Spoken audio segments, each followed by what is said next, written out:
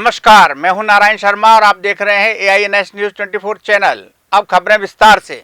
छत्तीसगढ़ के कवर्धा जिले में स्थित कुकदूर थाना अंतर्गत हुई सड़क दुर्घटना में मारे गए लोगों के परिवारजनों को सरकार 5-5 लाख रुपए की सहायता प्रदान करेगी। साथ ही घायलों को 50,000 रुपए की आर्थिक सहायता देगी। प्रदेश के मुख्यमंत्री विष्णुदेव साय ने इस सड़क दुर्घटना पर दुख व्यक्त करते हुए ये घोषणा की। साथ ही उन्होंने मृतक परिवार को दुख की इस घड़ी में समस्त सरकारी मदद मुहैया कराने का आश्वासन दिया। इस दुख की घड़ी में छत्तीसगढ़ सरकार पीड़ित परिवार के साथ खड़ी है और हम लोगों ने निर्णय लिया है कि प्रत्येक मृतक परिवार को 5 लाख रुपये और जो घायल हैं उनको 50,000 रुपया शासन की तरफ से देंगे। इसके अलावा जो विभाग की तरफ से या बीमा की जो राशि है वो अलग है और ये भी प्रशासन को निर्देश दिया गया है कि आगे इस तरह की दुर्घटना न हो, इसके लिए सावधानी बरती जाए। छत्तीसगढ़ की मुख्य निर्वाचन पदाधिकारी डॉक्टर रीना बाबा साहब कंगाले ने सभी जिला कलेक्टरों और जिला निर्वाचन अधिकारियों को मतगणना कर्मियों के लिए सभी आवश्यक व्यवस्थाएं सुनिश्चित करने के निर्देश दिए हैं। उन्होंने मतगणना कर्मियों को एनालॉग कैलकुलेटर और भोजन प्रदाय करने के निर्देश दिए। साथ ही mobile, iPad, laptop, smart watch और कैमरा समेत धूम्रपान की वस्तुओं को मतगणना केंद्र में प्रतिबंधित रखने को कहा। छत्तीसगढ़ में लगातार हो रही सड़क दुर्घटनाओं पर नियंत्रण लगाने सरकार ठोस और मजबूत कदम उठाने का कार्य करेगी। बता दें कि छत्तीसगढ़ के कवर्धा में हुई सड़क दुर्घटना के पूर्व कुम्हारी में भी ऐसी ही एक घटना घटी थी, जिसमें दर्जन भर मजदूरों की मौत हो गई थी। उस घटना की न्यायिक जांच कराई जा रही है। उप मुख्यमंत्री अरुण साव ने कहा कि ये दुर्घटनाएं दुर्भाग्यजनक हैं। कुम्हारी दुर्घटना की जांच रिपोर्ट आने के बाद सरकार ऐसी घटनाओं की पुनरावृत्ति न होने को लेकर कोई ठोस कदम उठाएगी। देखिए, कुम्हारी की घटना की हमने मजिस्ट्रियल इंक्वायरी का आदेश किया है और जो इंक्वायरी की रिपोर्ट आएगी उसके आधार पर सरकार उस पर कार्यवाही करेगी। यह घटना भी एक तरह से दुखद घटना है और पहाड़ी में से गाड़ी उतर रही थी, पिकअप वैन, 36 लोग जिसमें सवार थे, पर दुर्घटनाएं रुके, ऐसी दुर्घटनाएं ना हो इसके लिए सरकार लगातार हर संभव कदम उठा रही है।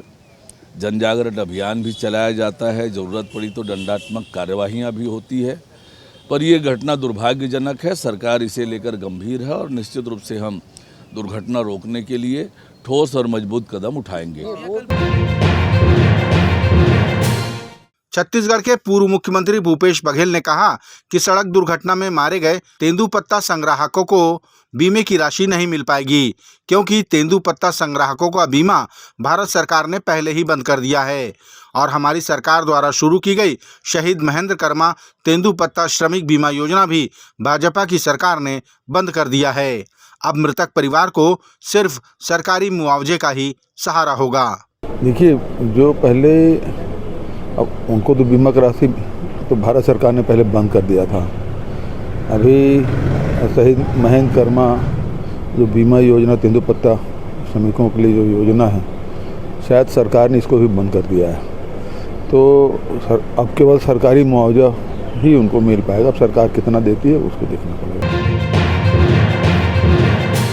देश के रक्षा मंत्री राजनाथ सिंह ने कहा कि प्रधानमंत्री नरेंद्र मोदी के कुशल नेतृत्व में भारत लगातार धनवान होता जा रहा है। उन्होंने तंज कसते हुए कहा कि भारत में और भी प्रधानमंत्री रहे। सभी ने कहा था कि हमारी सरकार आएगी तो हम गरीबी दूर कर देंगे, लेकिन कर नहीं सके। इस दौरान उन्होंने पूर्व प्रधानमंत्री जवाहरलाल नेहरू, इंदिरा गांधी, राजीव गांधी और मनमोहन सिंह के भी उदाहरण दिए। मैं याद दिलाना चाहता हूं, पंडित जवाहरलाल नेहरू भी थे, वह भी कहते थे मैं गरीबी दूर करूंगा, हमारी सरकार बन जाएगी। श्रीमती इंदिरा गांधी भी कहती थी हमारी सरकार बनाओ, हम गरीबी दूर करेंगे। राजीव गांधी जी भी यही कहते थे। डॉक्टर मनमोहन सिंह जी यही करते थे।